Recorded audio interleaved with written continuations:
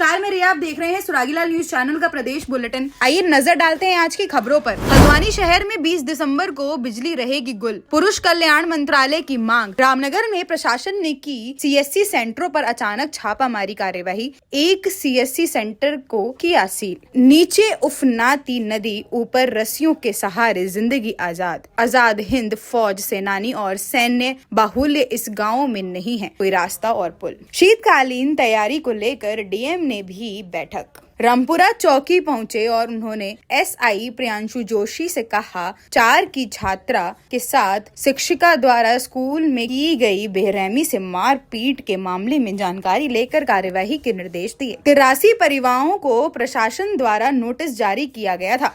मानवता सम्मेलन में विधायक उमेश कुमार ने बतौर मुख्य अतिथि शिरकत की। उत्तराखंड में रजिस्ट्री शुल्क बढ़ा। उत्तराखंड में सहकारी समितियों के चुनाव तेज। सुबह नामांकन पूरा, शाम 3 बजे मतदान। आज ही घोषित होंगे नए अध्यक्ष। अब खबरें विस्तार से। हल्द्वानी गौलापार में अगले 24 दिन पावर कट रहने वाला है। यहाँ 24 नवंबर से 20 दिसंबर तक पावर कट रहेगा।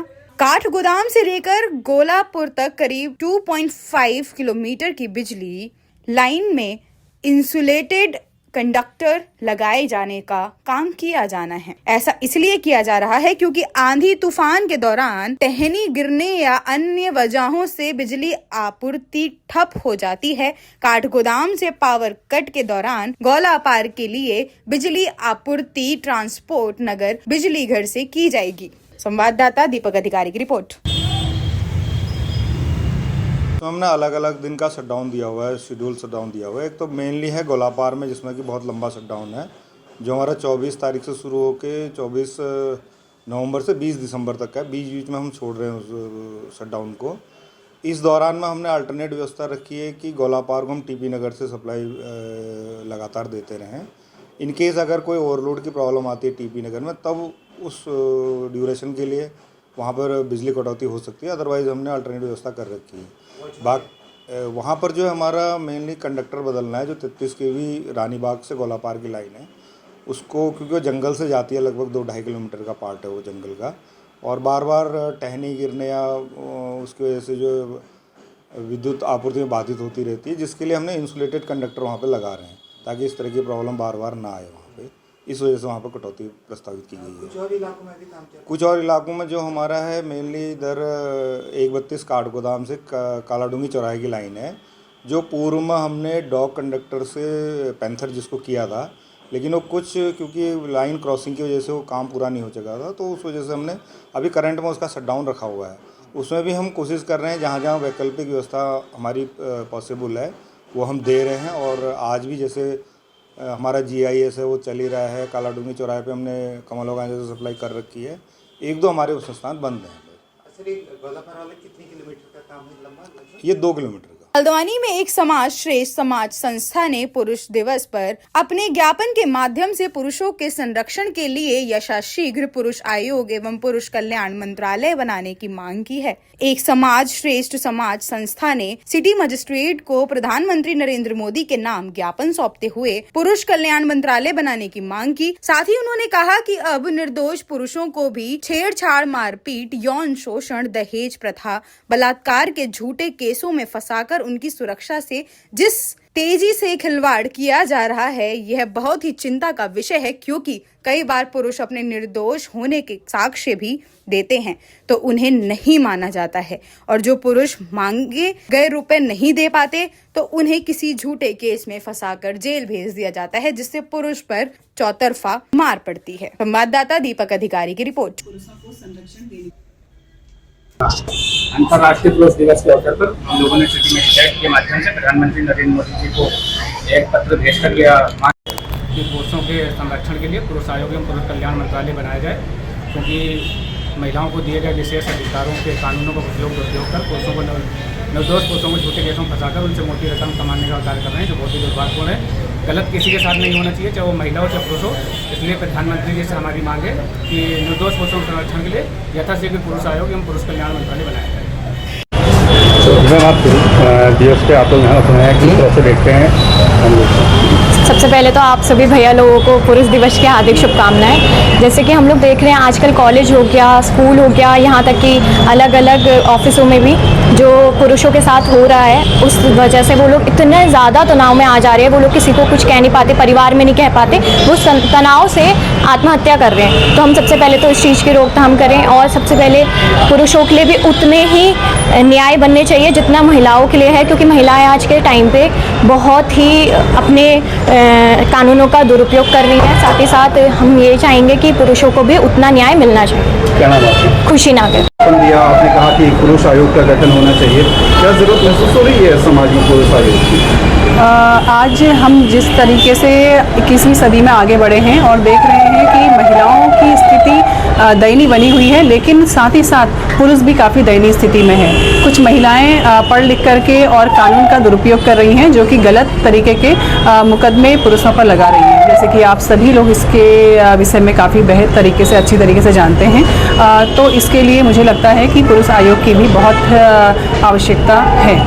आपका नाम क्या है? मीना जोशी, हल्द्वानी। Thank you Meena ji. आपको बता दें कि बुधवार की शाम को जिला प्रशासन की टीम रामनगर शहर में विभिन्न स्थानों पर अचानक सीएससी सेंटरों पर छापामार कार्यवाही की। कई सीएससी सेंटर संचालन अपने सेंटरों को बंद कर मौके से फरार हो गए। कार्यवाही के संबंध में जानकारी देते हुए एसडीएम प्रमोद कुमार ने बताया कि जिला अधिकारी के निर्देश पर आज नगर में सीएससी सेंटरों पर छापामारी कार्यवाही की गई है, जिनके खिलाफ कार्यवाही की जाएगी। साथ ही उन्होंने कहा कि जो सीएससी सेंटर संचालक आज मौके से फरार हुए हैं, उनके यहाँ भी निश्चित तौर पर कार्यवाही की जाएगी। प्रशासन की कार्यवाही के बाद सीएससी संचालकों में हड़कंप मच रहा। अभियान में तहसीलदार मनीषा मारकाना भी मौजूद रहीं।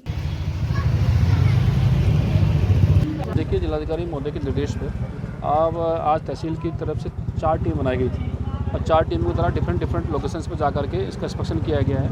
8 से 10 सीएससी सेंटर्स का इंस्पेक्शन किया गया, जिसमें 2 सीएससी सेंटर्स ऐसे पाए गए जहाँ पर घोर अनियमितता पाई गई। इसमें एक सीएससी सेंटर को सील किया गया है, जहाँ पर काफ़ी भारी मात्रा में कुछ आधार कार्ड ही पाए गए हैं। वो आधार कार्ड किसके हैं, किस प्रकार से रखे गए हैं, उनकी भी जांच की जा रही है।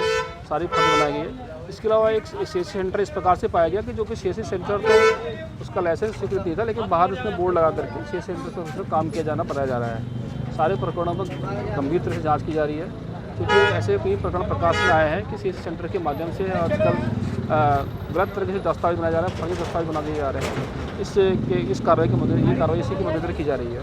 सर, अभी अभियान जारी रहेगा? ये अभियान जारी रहेगा। इसमें सारे सीएससी सेंटर्स को एक बार हम लोग और भी चेक करेंगे। उत्तराखंड के बने 25 साल हो चुके हैं। सरकार विकास के बड़े बड़े दावे तो करती है, लेकिन हल्द्वानी से 8 किलोमीटर दूर काठगोदाम स्थित धानीजाला गांव विकास से कोसों दूर है, जबकि दूसरा सूखने के साथ सड़ भी गया है। ट्रॉली को खींचने के लिए जरूरी लोहे का तार इन 2 पेड़ों पर ही बांधा गया है। ट्रॉली से नदी पार करना कभी भी खतरनाक हो सकता है। पुल के लिए नैनीताल से लेकर देहरादून तक चक्कर लगा चुका, दस्तावेजों का पुलिंदा लेकर घूमता हूँ। बस एक ही मांग है कि हमें पुल मिले। संवाददाता दीपक अधिकारी की रिपोर्ट। ट्रॉली लाओ।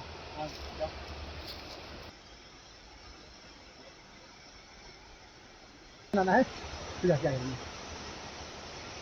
है सर, हम तो मेरा पैदाइश यहीं हुई है, मेरी 1955 की पैदाइश है। 5 अप्रैल 1955 की पैदाइश है। और हमारे पिताजी जो हैं उससे भी बहुत 8-10 साल पहले यहाँ पर आके बसे हैं। और ये ज़मीन जो है आज़ाद हिंद फौज के नाम से दी गई है। हमारे मान सिंह जी थे, हमारे ताऊ जी, उनको दी गई थी।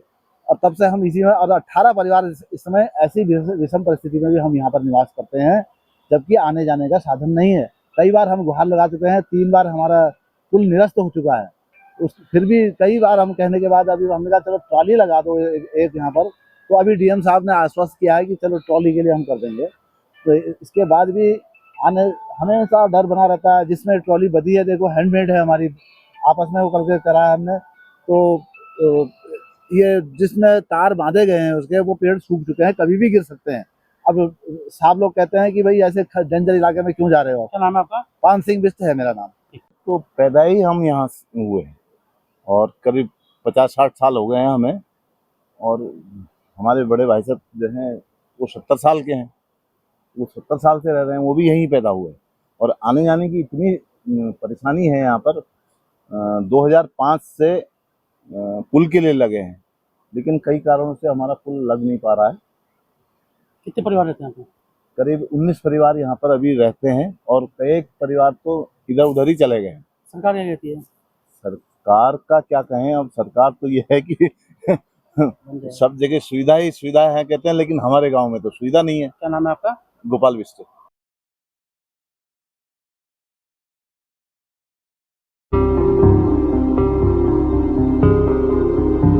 अरे भाई जरा रुकिए, कहाँ जा रहे हैं? आपके पास आईडी कार्ड है क्या? ठीक है, आप जा सकते हैं।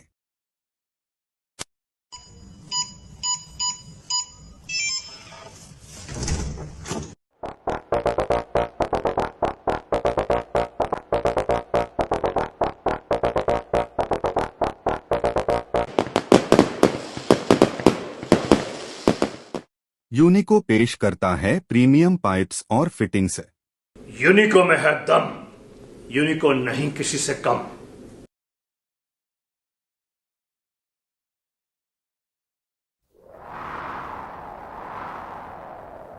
गर्मी की मार हो या हो तेज बारिश की बौछार, यूनिको 6 लेयर डबल पफ टैंक रहे हमेशा आपके साथ। नहीं किसी से कम, यूनिको में है दम। चाहे तो एक साथ होनी चाहिए, सब लोग एक साथ बैठना ही नहीं चाहते। पापा ट्राई दिस। लो सब लपक लिए।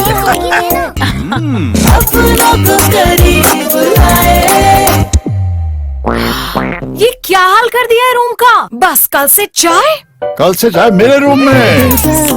देवर पान नमकीन।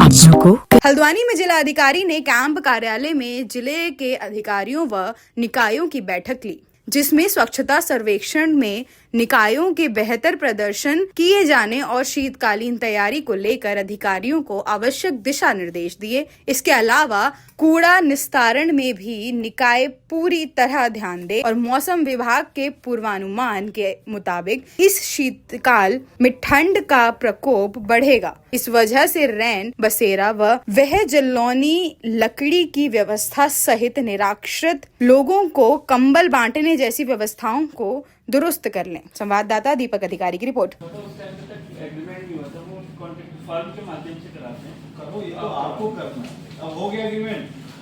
आज जो है नगर निगम और जितनी नगर पालिकाएं नगर पंचायत हैं उनके अधिकारियों से यहाँ बैठक की गई।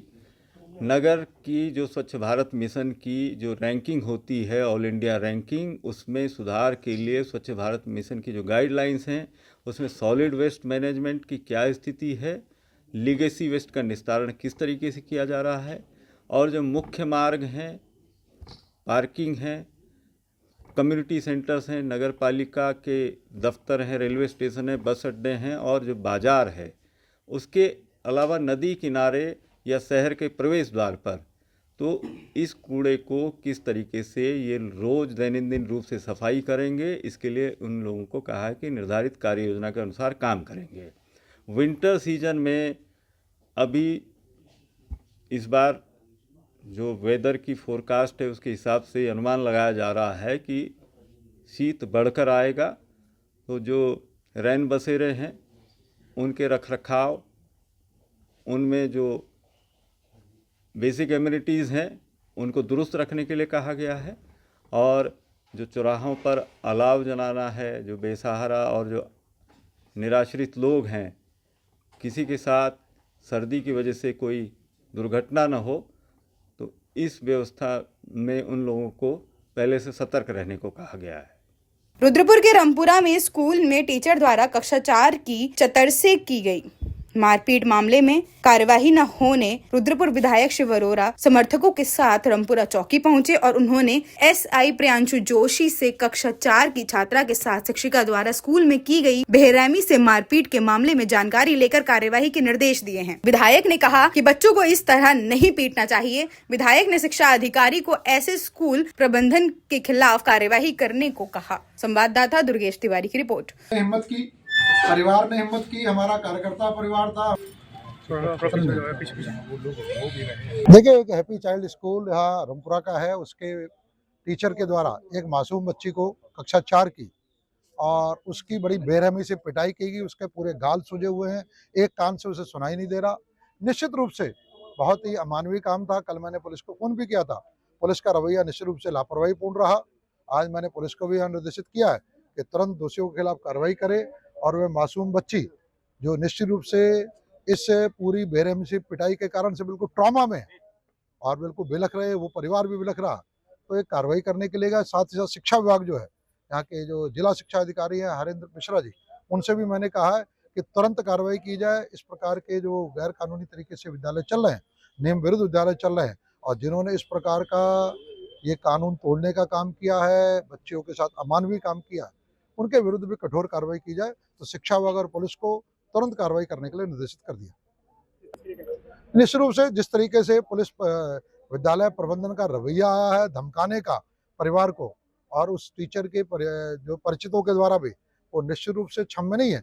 और पुलिस से मैंने स्पष्ट कहा है कि धमकी देने वालों को उठा के तुरंत जो उनके विरुद्ध जो भी कानून सम्मत कार्रवाई उसे कार्रवाई करके उन्हें कठोर संदेश दिया जाए। उधम सिंह नगर जिले के किच्छा क्षेत्र में सिंचाई विभाग की भूमि पर कब्जा करके बैठे 83 परिवारों को प्रशासन द्वारा नोटिस जारी किया गया था। प्रशासन द्वारा जारी नोटिस के बाद भी अतिक्रमण न हटाए जाने के बाद एसडीएम गौरव पांडे और तहसीलदार गिरीश त्रिपाठी के नेतृत्व में पुलिस प्रशासन की टीम भारी पुलिस फोर्स के साथ सिरौली कला और कुरेशी मोहल्ले पहुंच गई। प्रशासन की टीम ने जेसीबी मशीन की मदद से अवैध अतिक्रमण को तोड़ना शुरू कर दिया, तो कई लोगों ने खुद अपने अतिक्रमण को हटाने लगे। संवाददाता दुर्गेश तिवारी की रिपोर्ट।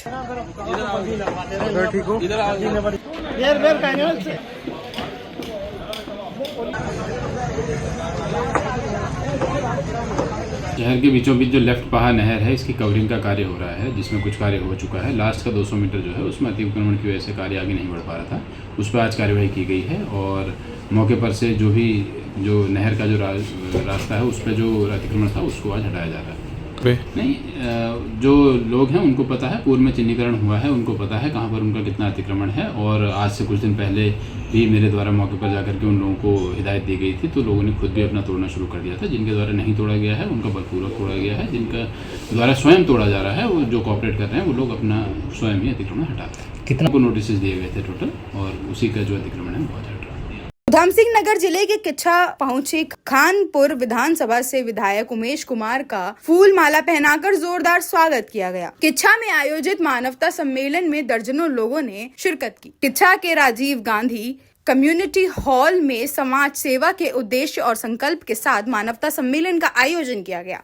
विधायक उमेश कुमार ने कहा कि देवी देवताओं के नाम से स्थापित बॉटलिंग प्लॉट में करोड़ों रुपए की एक्साइज ड्यूटी की चोरी कर चंडीगढ़, हरियाणा और पंजाब से केमिकल लाकर यहां शराब की पैकिंग की जा रही है। संवाददाता राजू सहगल की रिपोर्ट। मानवता जो शब्द है वो अपने उद्बोधन से ही अपना महत्व साबित करता है।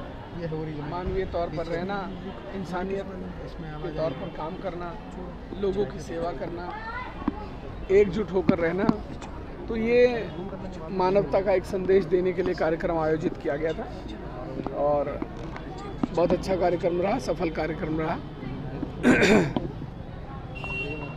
जनता को क्या संदेश देना चाहेंगे आज मानवता के ऊपर? मानवता के ऊपर यही संदेश है कि जो आज द्वेष भावना लेकर लोग एक दूसरे के प्रति काम कर रहे हैं, इंसानियत जो है वो धीरे धीरे खत्म होती जा रही है। मानवता शब्द बहुत विशाल शब्द है। मानवता शब्द का निर्वहन करने के लिए हमें अपने दिलों को बहुत बड़ा करना होगा, अपनी मानसिक सोच को बहुत विशाल करना होगा, एक दूसरे के साथ मिलकर रहना होगा, एक दूसरे के सुख दुख में काम आना होगा, एक दूसरे का सहयोग करना होगा और समाज में सामाजिक सौहार्द बनाए रखना होगा।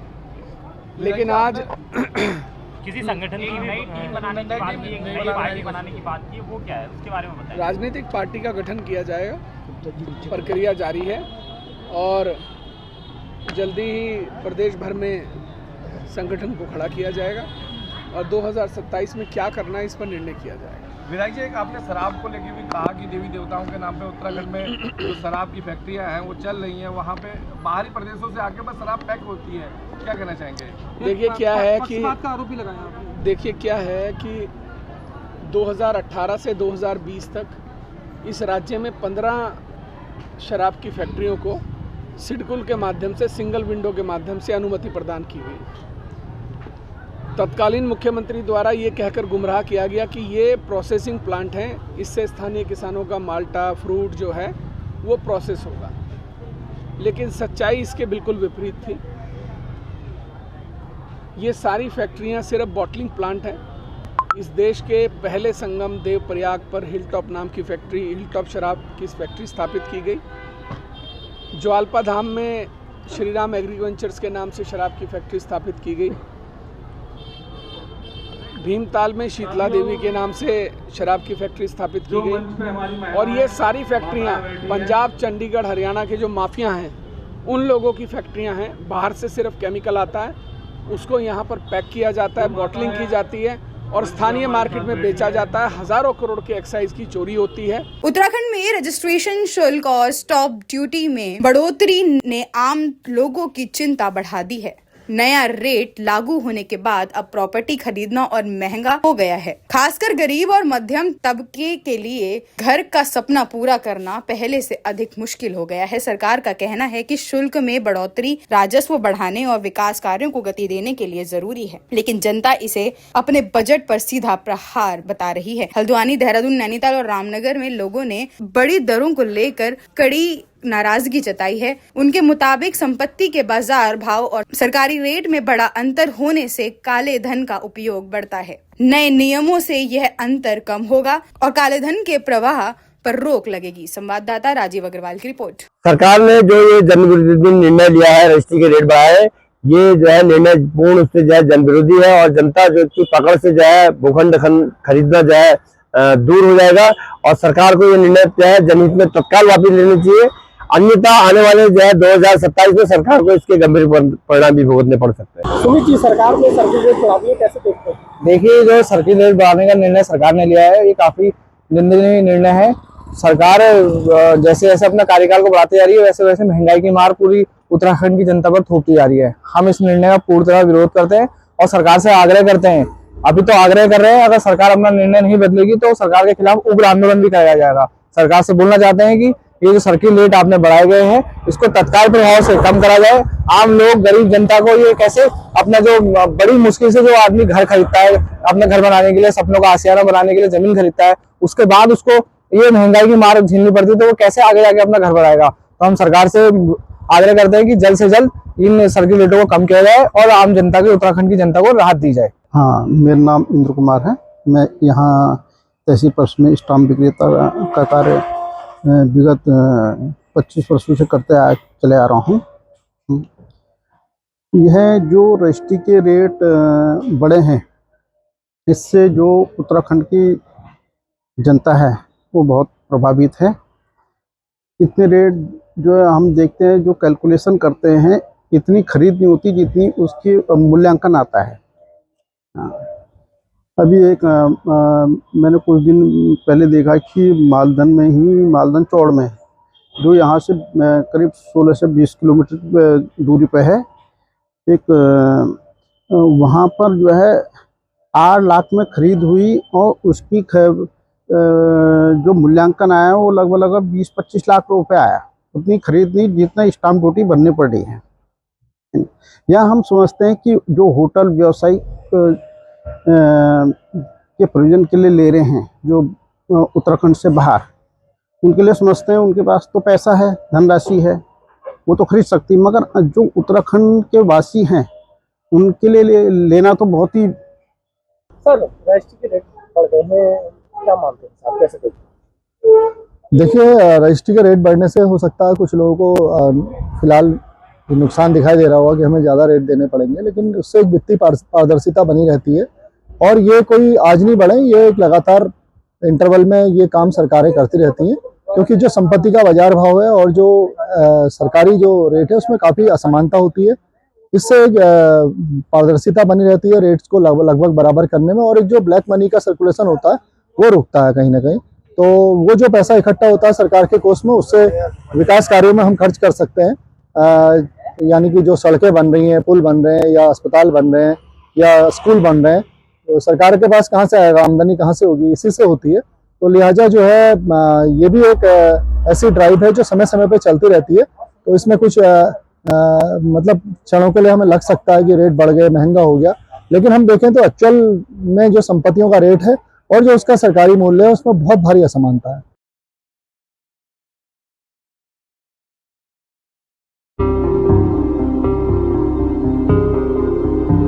अरे भाई जरा रुकिए, कहाँ जा रहे हैं? आपके पास आईडी कार्ड है क्या?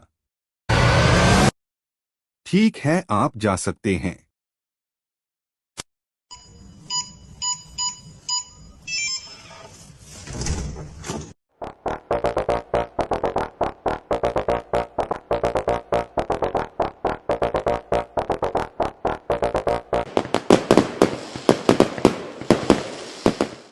यूनिको पेश करता है प्रीमियम पाइप्स और फिटिंग्स। यूनिको में है दम, यूनिको नहीं किसी से कम।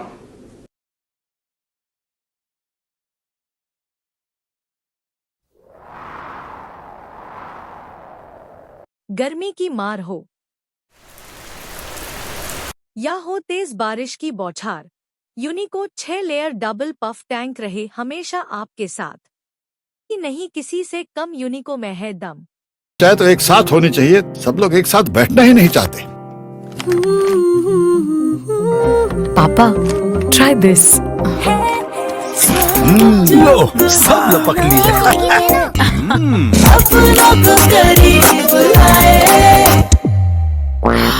ये क्या हाल कर दिया है रूम का? बस कल से चाय मेरे रूम में। देवर पान नमकीन। उत्तराखंड में इन दिनों सरकारी समितियों के चुनाव पूरे जोर पर हैं। प्रदेश भर में विभिन्न सरकारी सहकारी समितियों में अध्यक्षों और निदेशकों के चुनाव की प्रक्रिया जारी है। चुनाव को चरणबद्ध तरीके से संपन्न कराया जा रहा है, जिसके तहत आज सुबह प्रदेश की अधिकांश समितियों में नामांकन प्रक्रिया पूरी कर ली गई है। वहीं बाकी समितियों में आज ही अध्यक्ष पद के लिए मतदान और मतगणना की प्रक्रिया पूरी कर ली जाएगी। अधिकारियों का कहना है कि सहकारी समितियां ग्रामीण और शहरी दोनों क्षेत्रों में आर्थिक गतिविधियों और स्थानीय विकास की महत्वपूर्ण धुरी है। संवाददाता राजीव अग्रवाल की रिपोर्ट। पूर्वी रामनगर में है किसान सेवा समिति में, जो है इसमें निर्वाचन नामावली की 9 बजे से 11 बजे तक नामांकन पर जमा की है। तो इसके बाद जो है इसमें जांच होगी, फिर जो है चुनाव इसमें अगर चुनाव हुआ तो चुनाव चिन्ह आवंटन हो गए। उसके बाद फिर इसमें जो है नाम चुनाव प्रक्रिया जो है 2 से 3 से 4 बजे के बीच में होगी।